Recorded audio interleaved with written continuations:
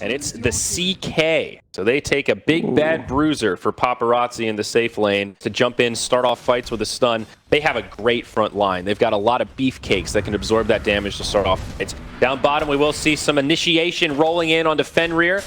Now Lanham, the one taking some auto attack, will be able to burrow strike back. Now open wounds from Miracle. Cask bouncing around. Lanham taking a lot of damage here, and the first blood will come. GH for that gyrocopter. Down bottom again, initiation onto Fenrir. He's very low as he gets back, and Miracle will be able to finish him off, but GH might have to pay with his life. Yeah, Chilling Touch has been buffed numerous times. At this point, it's borderline broken, but we don't see that many tri-lanes with the hero anymore, so... Well, now Miracle initiated on burrow strike to follow up. The Cask is there, and even though his supports were able to grab both bounty runes... Yeah, Matsu's doing quite well, considering the damage discrepancy at this point.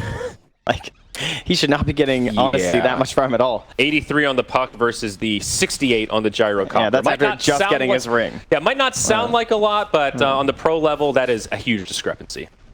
Up top, Underlord in a lot of trouble. Mind Control almost able to find this kill. 11 trying to turn and maybe get off that last auto attack. Certainly does a bit more damage, but yeah, you're absolutely right. And a try-on-try, getting those extra bounces on Cask feels very scary. Still pretty even farm down here. Reality Rift onto Miracle, but I don't know if Vici actually want to engage into this. Looks like it was a good bait as Lanham just gets dropped. They've got the Sentry Ward. Cask is starting to bounce. They get the 1 second stun onto Miracle after the Maledict. Now the puck is rotated down. Dream Coil. They want this Lifestealer, and they will find it. A 1-for-1 trade will start it off pretty good for Liquid. Ends up going the other way as Ori makes a rotation, and immediately Lanham heads mid to try to absorb some of that experience. Yeah, that's all they were waiting on. And Maledict again, you know, this spell, it's pretty good. Cannot be dispelled. Oh no, Lanham, he gets stunned up by Matumba Man. Now the call down, he does not have a burrow strike, and it's going to end up being a feed to this gyrocopter. Paparazzi puts a little damage on the tower. Maledict did connect, so this Lifestealer is pretty low on HP. However, Ancient Apparitions on the other side. Rolling Boulder will not connect, but Fenrir trapped in the trees. Cold Feet comes, and there is no way for that Witch Doctor to make it out. Now back in the top lane. Pressure onto Mind Control. Another rotation from Ori. They drop the Dream Coil. They've got the magic damage, and this time the Enchantress will fall. When she's locked in place like that, that Firestorm doing a hell of a lot of damage. Oh, Paparazzi though. Yep, Cold Feet will connect, but Fenrir with the rotation as well as Lanham. They'll connect with the stun onto Miracle. Now the Reality Rift back, and the 2-second Chaos Bolt. Maledict, the Cask, they should have enough damage to finish off this Lifestealer. We'll have a Rage in just a couple of seconds here. Sentry Ward comes down again, so Sandstorm from Lanham, not going to do much. Call down from Matsu, trying to find yet another kill on the Sand King, and it will be successful. Reality Rift into the tower, stun comes out, but minimal damage on the Gyro. Great rotations from both mids so far. On top lane as well, roll onto 11. Time for some impetuses. Yeah, good use of the Pit of Malice, but only level 1, so it doesn't slow them down that much. GH trying to body block, but not quite there. There's the stun, and Mind Control will finish off the kill.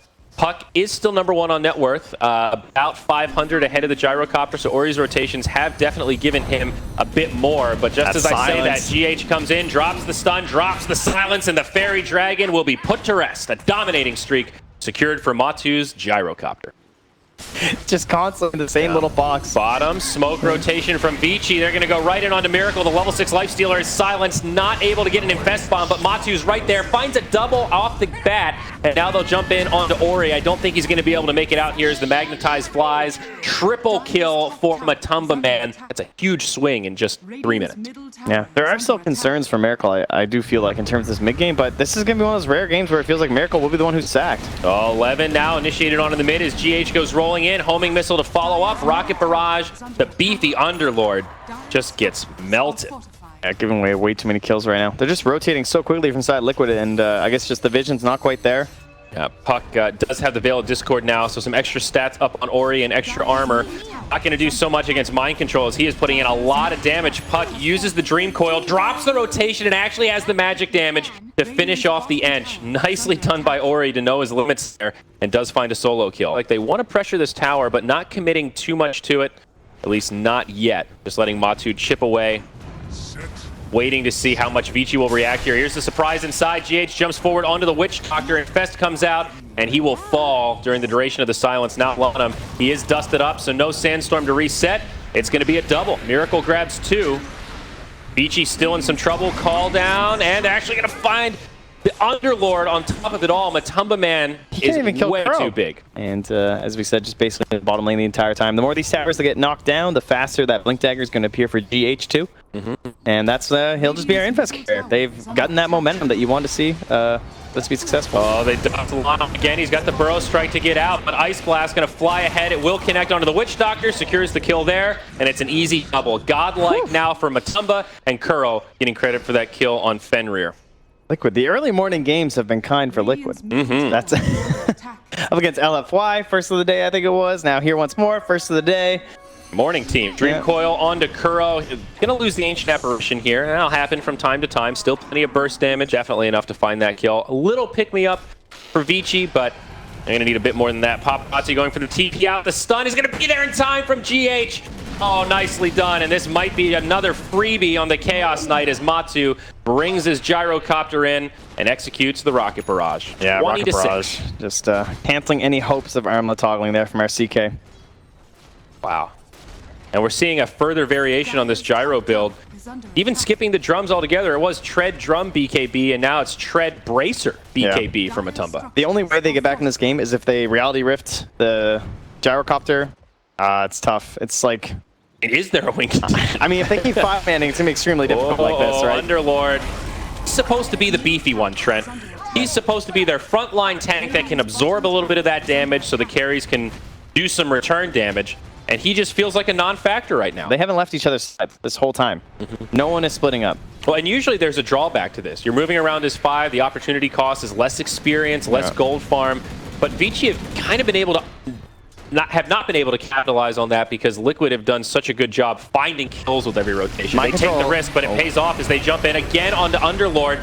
Blink your eye and you would have missed it. The Beefcake falls. The Witch Doctor dies to the flat cannon. We saw that yesterday. A little bit of backdoor protection will keep Vici safe, but 2 heroes down, no buybacks available, and as the creeps enter the base, mid lane of barracks will fall. Still a tier 2 tower standing in the bottom, so they won't be able to get megas or anything like that, but maybe Liquid head top and try to grab another lane of barracks, sort of assuming that these buybacks might not be possible. They've got the advantage. CK trying to split push down bottom. He's done a lot of damage to that tier 2. He will TP home now to mount this defense as the Witch Doctor comes. He'll also pick up that Blink Dagger and Glyph cooling down. They'll use it straight away to try and save this tier 3 tower. Maybe with this Blink Dagger, CK can find a surprise initiation. Drums pop to try the retreat. Cask bouncing all around from hero to hero. Not the best delta split from Liquid. It's a hot potato. Oh my God, they just keep everyone back and forth. All 5 heroes. It's a dank cask, but I don't know if it matters all that much. No, unfortunately, it does not. Not for Vici Gaming here. And yeah, I like stopping that push down bottom. Just everyone's back in the base, and where's your split push now?